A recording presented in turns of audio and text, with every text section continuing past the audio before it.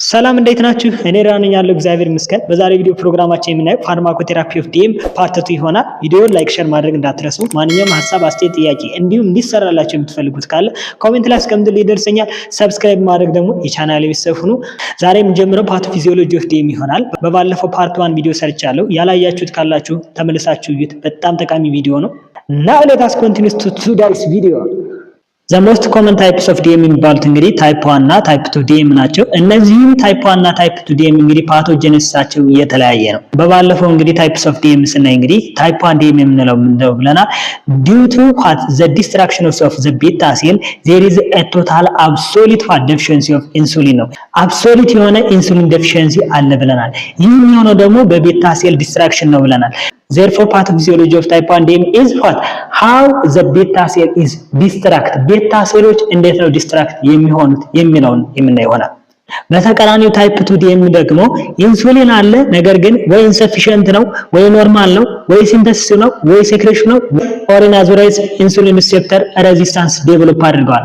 How this is will formed? እንዴት ነው ይህ የሚፈጠረው? ኢንሱሊን ሪሴፕተር እንዴት ሬዚስት ሊያደርጉ ይችላሉ?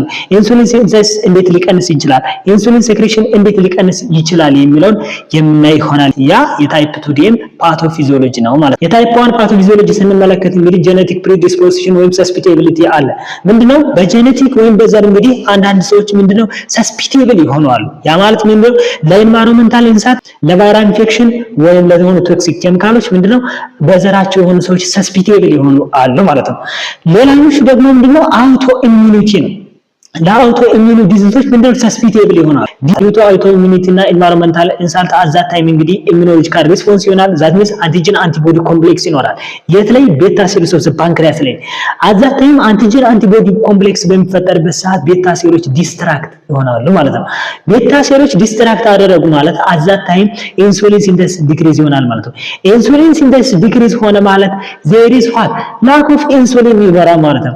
lack of insulin in the blood አለ ማለት at that time the glucose concentration blood ላይ ምን ያደርጋል? over elevate ያደርጋል። therefore in type 1 DM due to the destruction of the beta cell there is a total absolute deficiency of insulin.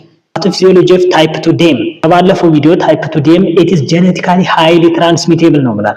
therefore hereditary factor አለ and also obesity ይኖራል። obesity ምን እንደሆነ በባለፈው ቪዲዮ አይተናል። ስለዚህ እነዚህ ሁለታቸው ምን ያደርጋሉ መሰላችሁ? የኢንሱሊን ሲንተሲስ as well as secretion insufficient እንዲሆን ያደርጉታል as well as in the beta cell delayed ያደርጉታል and also ኢንሱሊን ሪሴፕተሮች ለኢንሱሊን ሪስፖንስ እንዳይሰጡት ሬዚስታንስ ዴቨሎፕ እንዲያደርጉ ያደርጋሉ። እነማን? እነዚህ ኦቤሲቲ እና ሄሬዲታሪ ፋክተሮች ማለት ነው። አዛት ታይም በሰውነታችን ውስጥ የኢንሱሊን ዲማንድ ይጨምራል። አዛት ታይም ቤታ ሴሎች ኤግዞስትድ ይሆናሉ and also dysfunction ይሆናል። due to the beta cell exhaustion and dysfunction አዛት ታይም the insulin secretion is impaired ይሆናል። አዛት ታይም the glucose concentration in blood is over elevate ያደርጋል። አዛት ታይም ታይፕ 2 DM ተፈጠረ ማለት ነው። clinical presentations of DM ያለባቸው ሰዎች ምን አይነት ሳይን and also symptom ይታይባቸዋል ሲባል the first one is polyphagia ቶሎ ይመገባሉ። አዛት ለምንድን ነው ሲባል ሰውነታቸው ምንን ግሉኮስን as energy አይጠቀሙ ራዘርዛን የሚጠቀመው ሊፒድ ነው። due to this ቶሎ ይመገባሉ። ግሉኮስ ይውራል። ግሉኮስ በሽንት መልክ ይወገዳል ማለት ነው። ሽንታቸውን ዲያግኖስ ስናደርግ ምን እናገኛለን? ግሉኮስ እናገኛለን። ግሉኮስ ኖርማል ወይም ሄልዚ ፐርሰን ላይ በሽንት መልክ እንግዲህ በጣም ሚኒመም አማውንት ነው የሚገኘው። ስኳር በሽታ ያለባቸው ሰዎች ሽንታቸውን በሚሸኑበት ሰዓት ግሉኮስ ሽንታቸው ላይ ስላለ አዛታ ጭጫን የሚባሉ ትንንሽ ነፍሳት ይወሩታል።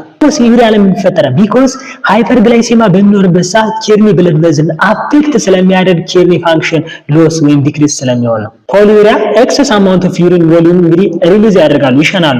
ልጅሻ ቶሎ ይጠማቸዋል፣ ቶሎ ይጠጣሉ። ሲግኒፊካንት የሆነ ዌት ሎስ በጣም ክብደታቸው ይቀንሳል። ፋቲጉ ድካም ይላል ቢኮዝ ግሉኮስን ስለማይጠቀሙ ሰውነታቸው ማለት ነው። ዲሃይድሬሽን ይኖራል። ጻስሞናስ ፍሉድ ሎስ ይኖራል ማለት ነው። ሪስፓይራቶሪ ቫጃይናል እና አዘር ኢንፌክሽኖች ምንድነው ሪከረንት ያደርጋሉ። አዘር ሲምፕተም ኢዝ ብለርድ የሆነ ቪዥን ይሆናል ቢኮዝ ሃይፐርግላይሴማ ሬቲኖፓቲ ብለድ ቬዝልስ ኦፍ ዘ ሬቲና አፌክት ስለሚያደርግ ስለዚህ at the time blurred የሆነ ቪዥን ይኖራል ማለት ነው። investigations of DM how to diagnose DM the most common እንግዲህ blood glucose test የሚባሉት የመጀመሪያው fasting blood glucose test ይባላል። ሁለተኛው random blood glucose test ይባላል። ሶስተኛው oral glucose tolerance test ይባላል። አራተኛው hemoglobin A1C የሚባሉ ቴስቶች ናቸው። ሌሎችንም እንጠቀማለን፣ ነገር ግን the most important የሚባሉት እነዚህ አራቶቹ ቴስቶች ናቸው። እያንዳንዳቸውን ስንመለከት የመጀመሪያው fasting blood glucose test ይባላል። ይሄ እንግዲህ አንድ ሰው blood glucose እንግዲህ ሜዠር ለመደረግ እንግዲህ at least 8 ሰዓትና ከዛ በላይ መጾም ይጠበቅበታል። ኖርማሉ ከ70 እስከ 99 ሚሊግራም ፐር ዲሲሊትር ነው። ከ100 እስከ 125 ሚሊግራም ፐር ዲሲሊትር ከሆነ impaired fasting blood glucose ይባላል።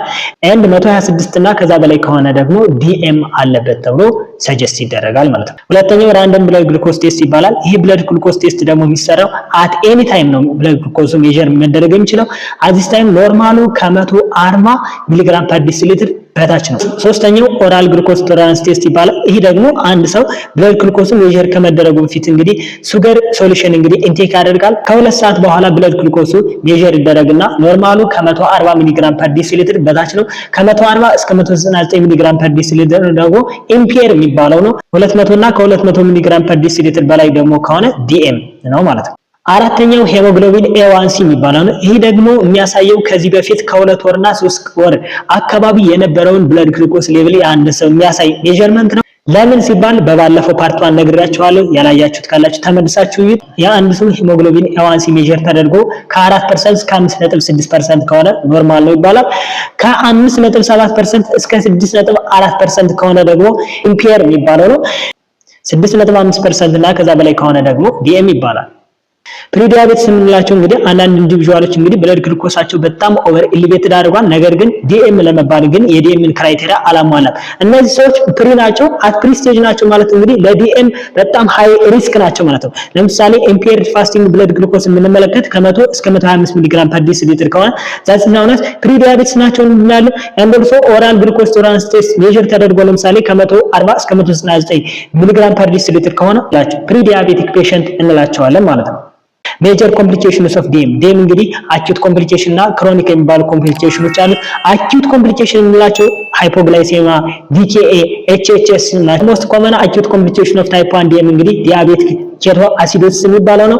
ዘ ሞስት ኮመን አኪዩት ኮምፕሊኬሽን ኦፍ ታይፕ 2 ዲኤም ደግሞ ሃይፐር ኦስሞላር ስቴት የሚባለው ነው። we will see in detail ወደፊት እናያቸዋለን። አዘርዋይስ ክሮኒክ ኮምፕሊኬሽንስ ኦፍ ዲኤም እንግዲህ ክሮኒክ ኮምፕሊኬሽኖቹ ደግሞ ማይክሮቫስኩላር እና ማክሮቫስኩላር ነው። ሃይፐርግላይሴማ እንግዲህ ብለድ ቬዝልን በጣም አፌክት ያደርጋል። ማክሮቫስኩላር ኮምፕሊኬሽን ኦፍ ዲኤም እንግዲህ ብሬን ላይ ስትሮክ ያመጣል። ዛስናና ሲኤንኤስ ብለድ ቬዝሎችን አፌክት በማድረግ ሃርት ላይ ደግሞ ኮሮናሪ አርተሪ ዲዚዝ ያመጣል።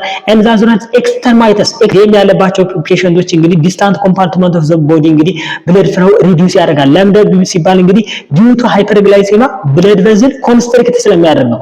ዲዩ ቱ ዚስ ዲኤም ያለባቸው ፔሸንቶች ውንድ ሂል ቶሎ አያደርግላቸው፣ ማለትም ቁስል በሚፈጠርበት ሰዓት ቶሎ አይድንም። በዚህ የተነሳ እንዳጋጣሚ ነግራችሁ ዲኤም ያለባቸው ፔሸንቶች ማንኛውንም ሰርጀሪ ብለድ ግሉኮስ ሌቭላቸው ኮሬክትድ እስካልሆነ ድረስ ሪኮመንድ አይደረጉም። ቢኮዝ due to impossibility of rapidly wound healing. Microvascular complication of DM, retinopathy, that means it affects hyperglycemia, the blood vessels of the A. Nephropathy, hyperglycemia affects the kidney tubule blood vessels. Neuropathy, hyperglycemia affects the nerves. Due to this DM ያለባቸው ፔሸንቶች እንግዲህ ኒውሮፓቲ ዴቨሎፕ ካደረጉ ኢንሴንስ ነው የሚሆነው። ለማንኛውም ነገር ሴንስ አይሰማቸውም። ትሪትመንት ኦፍ ዲኤም ጎል ኦፍ ትሪትመንታችን ዘ ፈርስት ዋን ምንድነው? ዲኤም ሲምፕተሙን ማድረግ ሪሊፍ ማድረግ፣ ፖሊፋጂያ፣ ፖሊዲፕሻ ምናምን ያላቸውን ሲምፕተሞች ማድረግ ሪሊፍ ማድረግ። ዘ ሰከንድ ዋን ኢዝ ዲኤም ኮምፕሊኬሽኖች ምን ማድረግ ፕሪቨንት መከላከል። ዘ ሰርድ ዋን ኢዝ ፕሪቨንት ትሪትመንት ሪሌትድ ሃይፖግላይሴሚያ። ዲኤም ያለባቸውን ፔሸንቶች እንግዲህ ሞስትሊ ትሪት ስናደርጋቸው የሚፈጠረው ኮምፕሊኬሽን ምንድነው? ሃይፖግላይሴሚያ ይኖራል። እሱን ፕሪቨንት ማድረግ።